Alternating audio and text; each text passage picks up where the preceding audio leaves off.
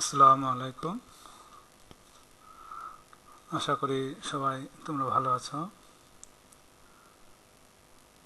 উপস্থাপনায় আমি Mohammad Alamgir, instructor take computer technology, Thakurgaon polytechnic institute, Thakurgaon. আজকে তোমাদের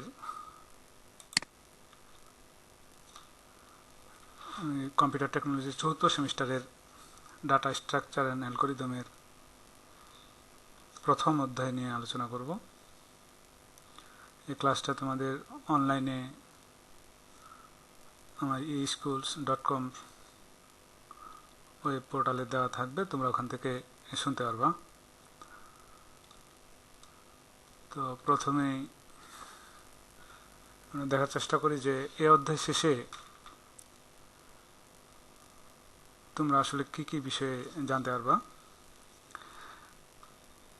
বিষয়টা যেহেতু আমাদের ডাটা স্ট্রাকচার এবং অ্যালগোরিদম নিয়ে আমাদের কোর্সের ভিতরে অন্তর্ভুক্ত আছে এই সিলেবাসটা, এর মধ্যে প্রথমে যে জিনিসটা আসে যে ডাটা স্ট্রাকচার অ্যান্ড অ্যালগোরিদমের কতগুলি মৌলিক টার্ম বা শব্দ আমাদের জানা প্রয়োজন, যেগুলি না জানলে আসলে আমাদের বিস্তারিত পরে যে অ্যালগোরিদমগুলি সামনে আসবে, বিভিন্ন যে আমাদের প্রবলেমগুলি সলিউশন করার জন্য যে অ্যালগোরিদমগুলি দরকার পড়বে সেক্ষেত্রে এই টার্মগুলি বা এই শব্দগুলি আমাদের কাজে লাগবে। তো প্রথমে যদি আমরা খেয়াল করি যে ডাটা স্ট্রাকচারের যে প্রথম শব্দটা ডাটা, তো ডাটা জিনিসটা আসলে কি? ডাটা জিনিসটা হচ্ছে, যদি এর আবিধানিক অর্থটা ধরি, আমরা এটাকে বলি আসলে উপাত্ত। আসলে এটার ভিতরে যদি আরেকটু চিন্তা করি যে উপাত্তটা কি, আমাদের এই আমাদের যে বাস্তব জগতে আসলে যত কিছু আমরা দেখি বা আমাদের জীবনের সাথে যে জিনিসগুলি জড়িত, যাদের মান আছে এরকম, অর্থাৎ আমরা সাধারণ অর্থে এখানে বলতেছি যে ডাটা বলতে কোনো কিছুর মান বা দলীয় মানকে বোঝায়, অর্থাৎ যার ভ্যালু আছে, যেসব জিনিসের ভ্যালু আছে বা যেসব জিনিসকে আমরা কাজে লাগাইতে পারি বা যেসব জিনিসগুলো ব্যবহার করে আমাদের দৈনন্দিন জীবনকে আমরা অর্থবহ করে তুলতে পারি, সেসব জিনিসগুলোকে আসলে ডাটা বলে থাকি। যেমন এখানে আমি কয়েকটা ডাটা আসলে এখানে তুলে ধরছি, যেমন রোল একটা ডাটা, 3.50 এটা একটা ডাটা, 3.60 এটা একটা ডাটা। দ্যাট মিনস ডাটাটার সংজ্ঞাটা এরকমই যে এটা একমাত্র কি একটা মান। ডাটা আর সিম্পলি ভ্যালুজ আর সেট অফ ভ্যালুজ, অর্থাৎ ডাটাটা কেবলমাত্র একটা মানকে বোঝায় অথবা একগুচ্ছ মানকে একত্রে আমরা ডাটা বলে থাকি।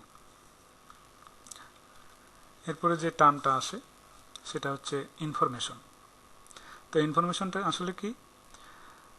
যেমন প্রথমে আমরা দেখলাম যে ডাটা, এই ডাটাগুলোকে যখন আমরা আমাদের প্রয়োজন অনুসারে সাজাই নিই বা প্রক্রিয়া করে নিই, অর্থাৎ এই ডাটাগুলোকে আমাদের মতো করে সাজানো বা প্রক্রিয়াকরণ করার পরে যে জিনিসটা আমরা পাই সেটা আসলে আমাদের ইনফরমেশন। যেমন আমি এখানে লিখছি, অর্থবোধক এবং প্রক্রিয়াজাত ডাটাকে ইনফরমেশন বলে।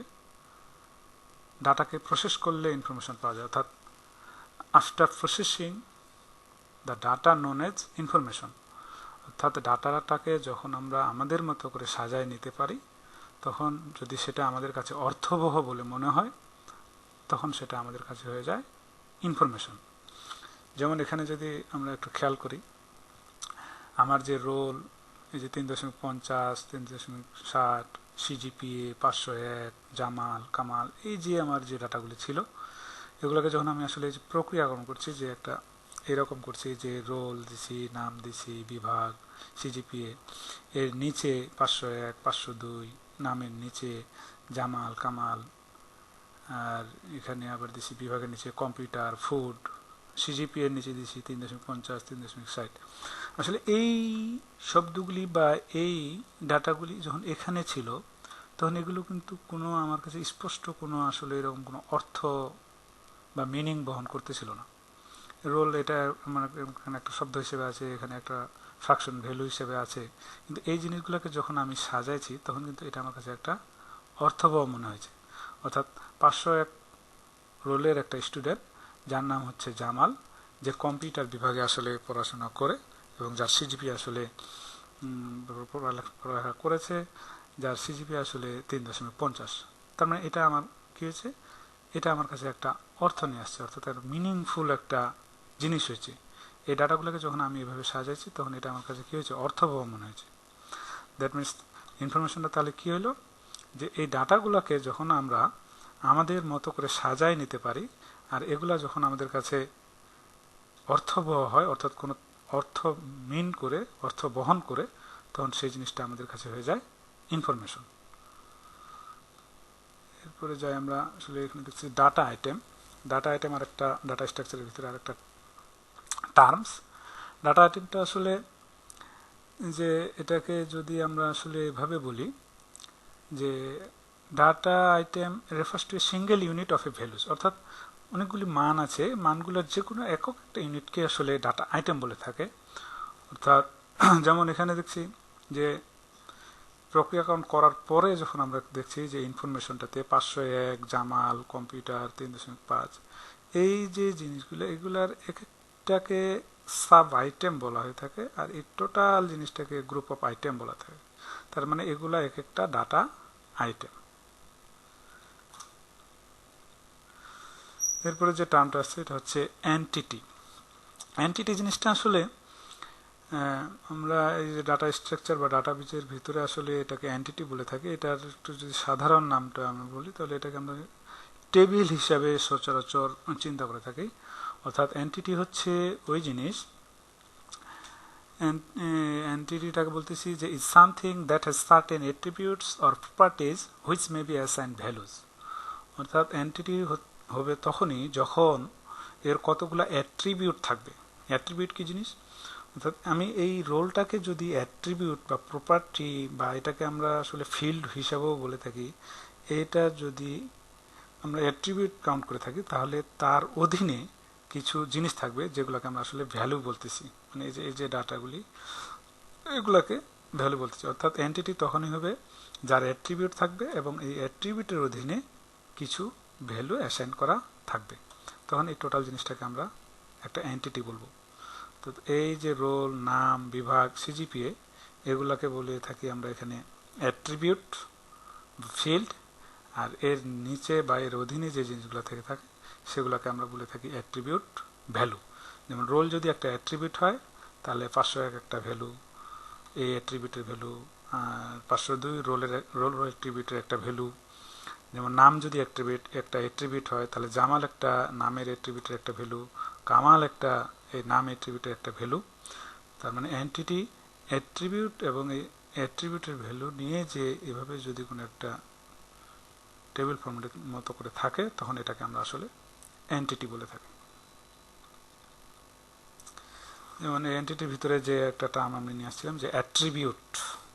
অ্যাট্রিবিউট তাহলে আমরা কোনটাকে বলতেছি, অর্থাৎ যার অধীনে আমার এই ভ্যালুগুলি থাকে, যে ডাটাগুলি যে ভ্যালু আকারে থাকে সেগুলোকে আমরা আসলে অ্যাট্রিবিউট বলতেছি। অর্থাৎ রোল, নাম, বিভাগ, সিজিপিএ এগুলো আমরা প্রত্যেকটা এক একটা এই এন্টিটিটার ভিতরে এক একটা কি অ্যাট্রিবিউট। আর এই অ্যাট্রিবিউটের ভিতরে যে জিনিসগুলোকে আমরা সাজিয়ে রাখি সেগুলোকে আমরা বলতেছি অ্যাট্রিবিউট ভ্যালু।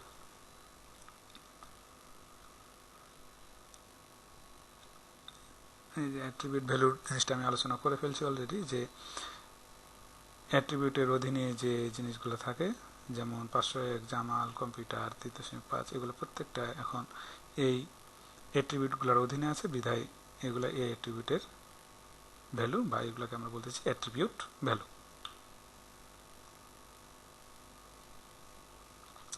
এরপরে আসতেছে আর একটা টার্ম যে রেকর্ড। রেকর্ড কি জিনিস, যে যখন কোনো এন্টিটির অধীনে কতগুলো প্রপার্টি থাকবে, যেমন রোল একটা আমার প্রপার্টি বা অ্যাট্রিবিউট, নাম একটা অ্যাট্রিবিউট, বিভাগ একটা অ্যাট্রিবিউট, সিজিপি একটা অ্যাট্রিবিউট। আর এগুলোকে যদি আমি এভাবে এটাকে যদি একটা কলাম মনে করি, এটাকে যদি একটা কলাম মনে করি, বা এটাকে যদি একটা কলাম মনে করি এবং এটা যদি আমার একটা কলাম হয়, তাহলে এগুলো আমার একটা সারি। তাহলে এই রোল, নাম, বিভাগ, সিজিপিএ অ্যাট্রিবিউটের অধীনে যে ভ্যালুগুলি থাকলো, যেমন 501 জামাল কম্পিউটার 3.50, তাহলে এটা আমার জন্য একটা কি 501 রোলের জন্য এটা আমরা একটা টোটাল একটা আমার তার রেকর্ড, অর্থাৎ এই 501 এই দিক দিয়ে 501 যার রোল তার নাম হচ্ছে জামাল, তার বিভাগ হচ্ছে কম্পিউটার, তার সিজিপি হচ্ছে 3.5, তার মানে 501 রোল এই স্টুডেন্টটার, এটা আমার একটা রেকর্ড। ঠিক একইভাবে 502 এই কামাল, তার বিভাগ হচ্ছে ফুড, তার সিজিপি হচ্ছে 3.60, তার মানে এটা 502 নামক স্টুডেন্টের একটা রেকর্ড। তাহলে কোনো অ্যাট্রিবিউটের অধীনে এইভাবে সারিগতভাবে যে জিনিসগুলো থাকে, যে a record is the collection of field values of a given entity, অর্থাৎ কোনো একটা এন্টিটির অধীনে এক্সের যে আমার ভ্যালুগুলি দেওয়া থাকে অ্যাট্রিবিউটের নিচে, এই টোটাল সেটটাকে একসাথে একটা সারিকে আমরা রেকর্ড বলে থাকি। তাহলে প্রত্যেকটা সারিই এক একটা রেকর্ড। এরপরে যদি আমরা আসলে আসি ফাইলে, ফাইল জিনিসটা কি, যে ফাইল বলতেছে এভাবে যে file is the collection of records of the entities in a given entity set, অর্থাৎ একটা এন্টিটির ভিতরে অনেকগুলা রেকর্ড মিলে 501, 502, 503, এই যে 501-এর এটা রেকর্ড, এটার একটা রেকর্ড, এটা একটা রেকর্ড, এটা একটা, অর্থাৎ অনেকগুলা রেকর্ড মিলে যখন একত্রে অবস্থান করে তখন এটা আমার একটা, এটা কি টোটালটা আমার এটা একটা ফাইল, অর্থাৎ এটা একটা স্টুডেন্টের, আমি এখানে দাবি করতে পারি এটা আমার একটা স্টুডেন্টের ফাইল। যে এখানে যদি 501 রোলের স্টুডেন্টের কোনো আমার রেকর্ড জানতে চান তাহলে পাবেন, বা 504 রোলের স্টুডেন্টের যদি কোনো রেকর্ড জানতে চান তাহলে পাবেন। তার মানে এখানে আমার এটা একটা কি, টোটালটা আমার একটা ফাইল, অর্থাৎ অনেকগুলা রেকর্ড মিলে ফাইল গঠিত হয়। এখন যদি আমরা আসলে ডাটা স্ট্রাকচারটাতে আসি, যে ডাটা স্ট্রাকচারটা আসলে কি জিনিস, এখানে আমাদের ডাটা স্ট্রাকচারটা এইভাবে সংজ্ঞায়িত করা হচ্ছে যে একটা নির্দিষ্ট ডাটা সংগঠনের লজিক্যাল বা ম্যাথমেটিক্যাল মডেলকে ডাটা স্ট্রাকচার বলে। আবার যদি এটা অন্য কোথায় আমরা এভাবে দেখি, যে যেভাবে সংজ্ঞায়িত করা যাচ্ছে যে বর্ণ, ফিল্ড, রেকর্ড ইত্যাদির সমন্বয়ে প্রক্রিয়াজাতকরণের উপযোগী উপাত্তকে ডাটা স্ট্রাকচার বলে। অর্থাৎ যখন আমার ডাটাগুলি থাকবে সেগুলা যদি ফিল্ড, রেকর্ড এর সমন্বয়ে আমি প্রক্রিয়াজাতকরণ করতে পারি, তাহলে এই যে মডেলটা, এটাকে আসলে আমরা ডাটা স্ট্রাকচার বলতেছি। সেটা আমাদের লজিক্যালি হতে পারে বা ম্যাথমেটিক্যালি হতে পারে। তারপরে এখানে আমাদের যে এই নির্দিষ্ট ডাটা মডেলটা কেমন হবে তার জন্য আবার এখানে দুইটা বিষয় আমাদের একটু খেয়াল রাখতে হবে। যেটা হচ্ছে, প্রথম যে বিষয়টা হচ্ছে যে স্ট্রাকচারের আওতাধীন ডাটাকে এমন বৈশিষ্ট্যের অধিকারী হতে হবে যাতে বাস্তব জীবনের ডাটাসমূহের মধ্যে প্রকৃত সম্পর্কের প্রতিফলন ঘটে। আর দুই, যে স্ট্রাকচার অবশ্যই সাধারণ হতে হবে যেন যে কেউ প্রয়োজন বোধে কার্যকরভাবে ডাটাটা প্রসেস করতে পারে।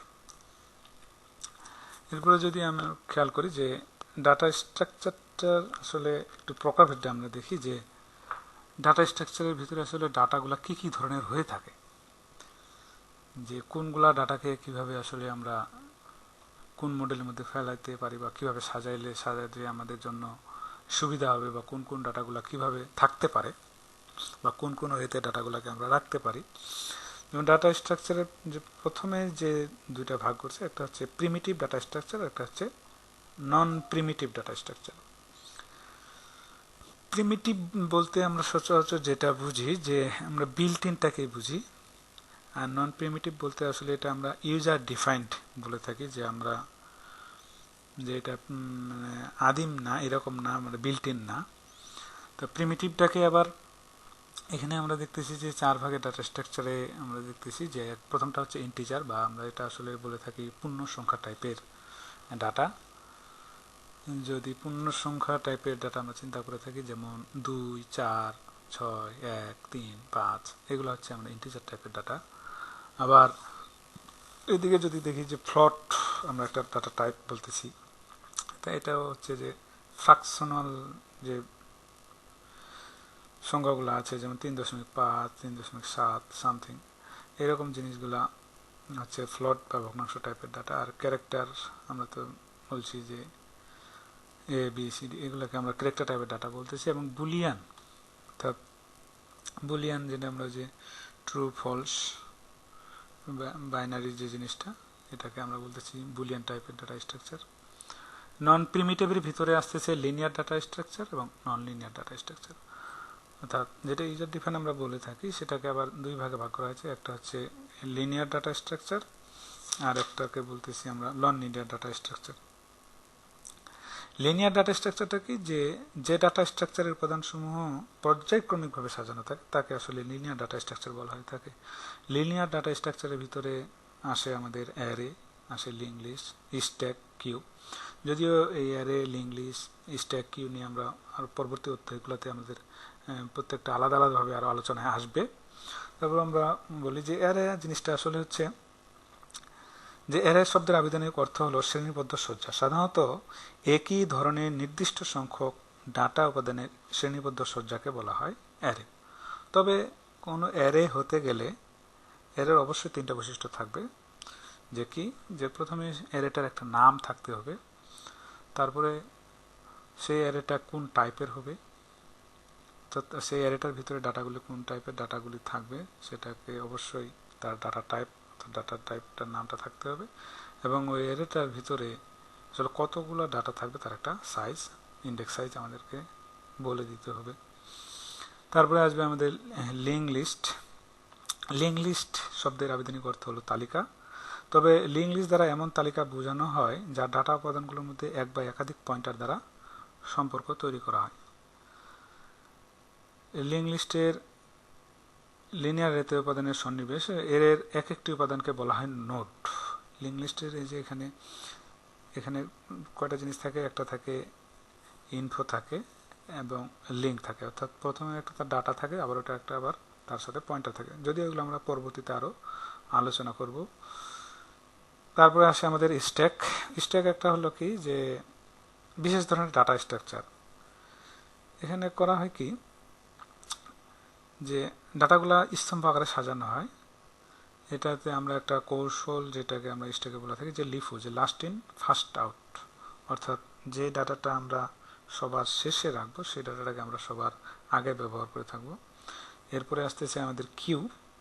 এটা একটা সারিবদ্ধভাবে সাজানোর পদ্ধতিকে এটা কিউ বলা হয়। এটা আবার একটা আমাদের যে ডাটা স্ট্রাকচারের যে ফিফো সিস্টেমটা আছে, ফার্স্ট ইন ফার্স্ট আউট, এটা মেনে চলে, অর্থাৎ যে জিনিসটা আমাদের আগে আসবে সেটাকে আমরা আগে প্রসেস করব।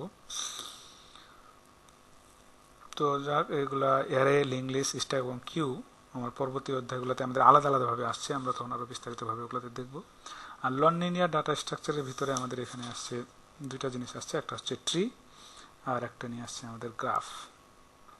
ট্রি জিনিসটা কি, ট্রি জিনিসটা যেমন যদি আমরা বলি যে ডাটার বিভিন্ন উপাদানের মধ্যে ঊর্ধ্বক্রম বা হায়ারার্চিক্যাল রিলেশনশিপ বিদ্যমান থাকে, এমন একটা হায়ারার্চিক্যাল বলতে একটি ডাটার অধীনে সম্পর্কযুক্ত একাধিক ডাটা উপাদানকে বোঝানো হয়েছে। অর্থাৎ এখানে একটা রুট থাকবে, তার আবার চাইল্ড থাকবে, সেই চাইল্ডগুলোর আবার চাইল্ড থাকতে পারে, অর্থাৎ প্যারেন্ট নোড, চাইল্ড নোড, এরকম জিনিসগুলি আমাদের এখানে আসবে, আমরা এগুলি দেখব। আমাদের ট্রি নিয়ে আমাদের আর একটা আলাদা একটা ক্লাসে থাকবে, কারণ এখানে আমাদের ট্রি ইকুয়েশন থেকে আমাদেরকে ট্রি জেনারেট করতে হবে এবং আবার ট্রি থেকে আমাদেরকে ইকুয়েশন জেনারেট করা লাগবে। এরপরে আমরা আরেকটা জিনিস দেখছি যে নন লিনিয়ার ডাটা স্ট্রাকচারের ভিতরে গ্রাফ। যদিও গ্রাফ নিয়ে আমাদের এই চতুর্থ সেমিস্টারে ডাটা স্ট্রাকচার এবং অ্যালগরিদমের ভিতরে সেরকম বিস্তারিত কিছু নাই, সিলেবাসে আমাদের নাই, অতএব ওদিকে আমরা বেশি আগাবো না। তো গ্রাফ জিনিসটা কি, গ্রাফটা হচ্ছে যে ডাটা উপাদান সমূহের মধ্যে কখনো দেখা যায় যে জোড়ায় জোড়ায় সম্পর্ক থাকে, যা ঊর্ধ্বক্রম বা হায়ারার্চিক্যাল নাও হতে পারে। এই ধরনের সম্পর্কযুক্ত ডাটা স্ট্রাকচারকে গ্রাফ বলা হয়। সাধারণত গ্রাফ হলো বিন্দু, নোড বা শীর্ষবিন্দু নামক বস্তুসমূহের একটি সেট, যে বস্তুগুলো একে অপরের সাথে রেখা বা ধারের মাধ্যমে সংযুক্ত। নোড বলতে প্রত্যেকটা পয়েন্ট, অর্থাৎ একটা পয়েন্ট যখন আরেকটা পয়েন্টের সাথে কানেক্ট থাকে সেগুলোকে আমরা আসলে নোড বলে থাকি, আর একটা পয়েন্ট যখন আরেকটা পয়েন্টের সাথে কানেক্ট যেই রেখা দ্বারা থাকে সেগুলোকে আমরা বাহু বা ইজ বলে থাকি। তো গ্রাফের আমাদের এই সিলেবাসে অতটা বিস্তারিত নাই, বিধায় আমরা গ্রাফের দিকে ওইভাবে যাব না, তবে সংজ্ঞাটুকু মনে রাখলে আমাদের চলবে। এই ছিল আমাদের ডাটা স্ট্রাকচারের শ্রেণীবিভাগ। এরপর যদি আমরা দেখি যে আমরা যেহেতু ডাটা নিয়ে কাজ করতেছি, ডাটা কি কি ধরনের হতে পারে, অর্থাৎ ডাটাগুলো কি কি টাইপের হতে পারে। এই ডাটা টাইপগুলি আমরা আসলে বিভিন্ন প্রোগ্রামিং ল্যাঙ্গুয়েজ, যেমন programming language C, Python, Java, এগুলো তো আমরা পাই। এই জিনিসগুলি মূলত আমরা যে ডাটাগুলো, ডাটা স্ট্রাকচার, যেহেতু ডাটা নিয়ে আলোচনা করব, বিধায় ওই ডাটা টাইপের মতো আমাদের এখানে ডাটা টাইপগুলি এখানে আমাদের সিলেবাসের অন্তর্ভুক্ত আছে। তো ডাটা টাইপকে যদি প্রথমে আমরা দেখি, যে দুই ভাগে আমরা দেখতেছি, একটা হচ্ছে কনস্ট্যান্ট, একটা হচ্ছে ভেরিয়েবল। অর্থাৎ একটা হচ্ছে ধ্রুবক, আর একটাকে আমরা বলতেছি ভেরিয়েবল বা পরিবর্তনশীল। ধ্রুবকটা যে ডাটার মানটা কখনো পরিবর্তন হয় না বা অপরিবর্তিত থাকে, তাকে ধ্রুবক ডাটা বলে। অর্থাৎ ডাটাটা প্রক্রিয়াজাত করার পূর্বে এবং পরে ধ্রুবক ডাটার মান অনুরূপ থাকে, যেমন পায়ের মান। তো এর অধীনে আবার যে আমাদের তিন ভাগে আমাদের ভাগ করছি, একটা হচ্ছে লজিক্যাল, নিউমেরিক এবং ক্যারেক্টার। আর ওদিকে যদি দেখি ভেরিয়েবল, অর্থাৎ যে ডাটার মান আসলে পরিবর্তিত হয়, তাকে আসলে চলক ডাটা বা ভেরিয়েবল ডাটা বলে থাকি।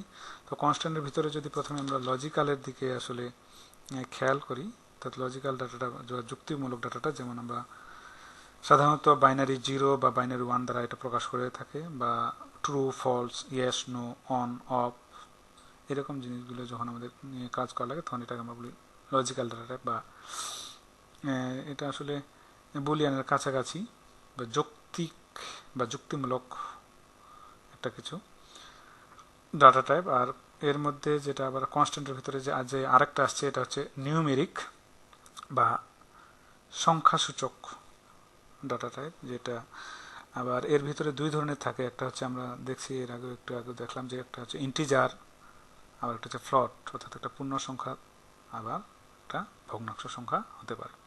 আর একটা আছে কনস্ট্যান্টের ভিতরে ক্যারেক্টার। ক্যারেক্টারটা আমরা ইংরেজি বর্ণ বা বর্ণ সমন্বয়ে গঠিত বা অঙ্ক সমন্বয়ে লিখিত ডাটাকে আসলে ক্যারেক্টার টাইপের ডাটা বলে থাকি। আবার এক সেট ক্যারেক্টার ডাটাকে ক্যারেক্টার স্ট্রিং বা সংক্ষেপে স্ট্রিং বলে। কোনো একটি স্ট্রিংয়ের মধ্যে ক্যারেক্টার সংখ্যা ক্যারেক্টার লেন্থ বলে, যেমন ইউনিভার্সিটি, নোমান, কম্পিউটার, ম্যাঙ্গো। আবার এ, বি, সি, ডি আলাদাভাবেও ক্যারেক্টার টাইপের ডাটা হতে পারে। ঠিক একইভাবে ভেরিয়েবলের ভিতরে এই জিনিসগুলো আসবে: লজিক্যাল, নিউমেরিক, ক্যারেক্টার, ইন্টিজার এবং ফ্লোট। আমাদের এখানে আরেকটা জিনিস আসছে, যদি আমরা এটা আরও দেখব পরের অধ্যায়ে, আমাদের আছে যে মেমোরি লোকেশন নিয়ে। তারপর এখানে সংজ্ঞাটুকু আমাদের জানে রাখার সুবিধার্থে, যেহেতু প্রথম চ্যাপ্টারে আমাদের একটু আসছে মেমোরি লোকেশন। মেমোরি লোকেশন জিনিসটা কি? যে পদ্ধতিতে কম্পিউটারের মেমোরিতে সংরক্ষিত উপাদানসমূহকে খুব সহজে মেমোরির পর্যায়ক্রমিক দ্বারা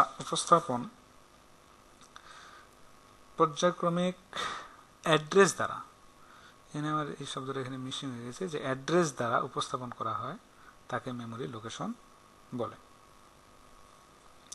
চিত্রের মাধ্যমে একটা মেমোরি লোকেশন আমরা দেখার চেষ্টা করছি, যে এগুলাকে আসলে যদি অ্যাড্রেস নাম্বার বলি 1000, 1001, 1002, 1003, 1004, 1005, তাহলে এগুলোকে এর প্রত্যেকটা অ্যাড্রেসের অধীনে যে এইগুলো যে আমরা রাখি, এগুলো হচ্ছে আমাদের ডাটা। এখানে এইটুকু মনে রাখলেই আমাদের চলবে। ডাটা স্ট্রাকচারের ভিতরে আরেকটা জিনিস আমি দেখানোর এখানে চেষ্টা করছি, যেটা হচ্ছে ডাটা অপারেশন। আসলে এই জিনিসগুলো নিয়েই টোটাল যে আমাদের যে কোর্সটা এখানে আছে, ডাটা স্ট্রাকচার এবং অ্যালগোরিদম, বা আমরা যে অ্যালগোরিদম বলে থাকি, যদিও আমাদের অ্যালগোরিদম এর পরের আমাদের কন্টেন্টে আমি নিয়ে আসার চেষ্টা করব, অনলাইন কন্টেন্টে বা ক্লাসে। অর্থাৎ আমরা যে ডাটাগুলোর উপরে যে অ্যাকশনগুলো প্লে করি, বা যে কাজকামগুলো আমরা চালাই, বা ডাটাগুলোকে নিয়ে আমরা যে ধরনের কাজগুলো করে থাকি, সেগুলাকে বলা হয় এই ডাটাগুলোর উপরে অপারেশন, বা এগুলোকে আমরা বলে থাকি ডাটা অপারেশন। তাহলে ডাটাগুলোর উপরে আমরা কি কি ধরনের অপারেশন বা কি কি ধরনের কাজ চালাই থাকি? প্রথমে যে কাজটা আমরা বলছি যে ট্রাভার্সিং। ট্রাভার্সিং জিনিসটা কি? ট্রাভার্সিং জিনিসটা হচ্ছে যে কোনো রেকর্ডকে একমাত্র একবার অ্যাক্সেস বা প্রসেস করাটাকে আসলে আমরা ট্রাভার্সিং বলে থাকি। অর্থাৎ রেকর্ডটাকে একমাত্র একবার অ্যাক্সেস বা প্রসেস যদি আমরা করি, এরকম যদি কোনো অ্যালগোরিদম আমরা কোনো ডাটার উপরে চালায় থাকি, কতগুলো ডাটার উপরে চালায় থাকি, তাহলে সেটাকে আমরা বলবো ট্রাভার্সিং, বা এটাকে আসলে ভিজিটিংও বলে থাকি। তারপরে একটা জিনিস আছে যে সার্চিং। একটা নির্দিষ্ট কি ভ্যালু এর মাধ্যমে কোনো রেকর্ডের লোকেশন খুঁজে বের করার পদ্ধতিকে সার্চিং বলে। যদিও আমরা সার্চিংয়ের অনেক অ্যালগরিদম নিয়ে আসলে আমরা আরও ক্লাস করব। যেমন আমাদের লিনিয়ার সার্চ আছে, বাইনারি সার্চ আছে, এই অ্যালগরিদমগুলো নিয়ে আমরা আসলে কাজ করব। তারপরে আছে আমাদের শর্টিং, অর্থাৎ ডাটা সমূহের মানের ক্রমানুসারে সাজানোকে শর্টিং বলে। অর্থাৎ কতগুলি আমাদের ডাটা আছে, ডাটাগুলি আমাদের ছোট থেকে বড় বা বড় থেকে ছোট করে সাজানো দরকার পড়ে, তখন যেই ধরনের অপারেশনটা আমরা এই ডাটাগুলোর উপরে চালাই থাকি সেই অপারেশনটাকে আসলে শর্টিং বলে থাকে বা শর্টিং অপারেশন বলতেছি আমরা। যেমন বিভিন্ন ধরনের শর্ট আমরা দেখব, আমাদের সিলেবাসে আছে যে ইনসারশন শর্টিং, তারপর হচ্ছে বাবল শর্টিং, কুইক শর্টিং, আমরা এই শর্টগুলো আমরা দেখব। এরপরে আমাদের আসছে ইনসার্টিং, অর্থাৎ পূর্বে তৈরি করা কোনো ডাটা স্ট্রাকচারের সাথে নতুন রেকর্ড যোগ করার কৌশলকে ইনসার্টিং বলে। অর্থাৎ কতগুলো ডাটা আছে, সেখানে যদি আমরা কোনো আরও ডাটা অ্যাড করতে চাই তাহলে যে অপারেশনটা আমরা চালাবো সেটার নাম হচ্ছে ইনসার্টিং অপারেশন। বা কতগুলো ডাটা আছে সেখান থেকে যদি কোনো ডাটা বাদ দিতে চাই তাহলে যে অপারেশনটা আমরা চালাবো সেটা হচ্ছে ডিলিটিং অপারেশন। এবং দুইটা ভিন্ন ফাইলের রেকর্ডকে একত্রিত করার যে কৌশলটা বা যে অপারেশনটা সেটাকে আমরা বলছি মার্জিং অপারেশন। তো এই ছিল আমাদের প্রথম অধ্যায়ের আলোচনা। এই তোমরা আমার এই যে অনলাইনের মাধ্যমে যে আমি কন্টেন্টটা বা ক্লাসটা নেওয়ার তোমাদের চেষ্টা করলাম, সেটা তোমরা বাসায় বসে ধীরে ধীরে দেখার চেষ্টা করবে এবং বোঝার চেষ্টা করবে। আর এর পরবর্তী ক্লাসে আমরা অধ্যায় 2 নিয়ে আলোচনা করব। অধ্যায় 2 আমাদের থাকবে অ্যালগরিদম এবং ফ্লোচার্ট নিয়ে আলোচনা। আশা করি তোমরা সেই ক্লাসটা পর্যন্ত দেখার আগ্রহ নিয়ে থাকবা এবং এই যে ক্লাসটা আমি দিলাম এই ক্লাসটা তোমরা খুব মনোযোগ সহকারে দেখবা। আশা করি তোমাদের অনেক কাজে লাগবে এবং তোমরা ধারাবাহিকভাবেই আমার এই প্রত্যেকটা ক্লাসেই আস্তে আস্তে করে আমি প্রত্যেকটা চ্যাপ্টারে তোমাদেরকে এইভাবে অনলাইনের মাধ্যমে দিয়ে দেওয়ার চেষ্টা করব, তোমরাও দেখার চেষ্টা করবা। সেই পর্যন্তই, আজকে এই পর্যন্ত শেষ করছি। তোমরা সবাই ভালো থাকো। আল্লাহ হাফিজ। ধন্যবাদ সবাইকে।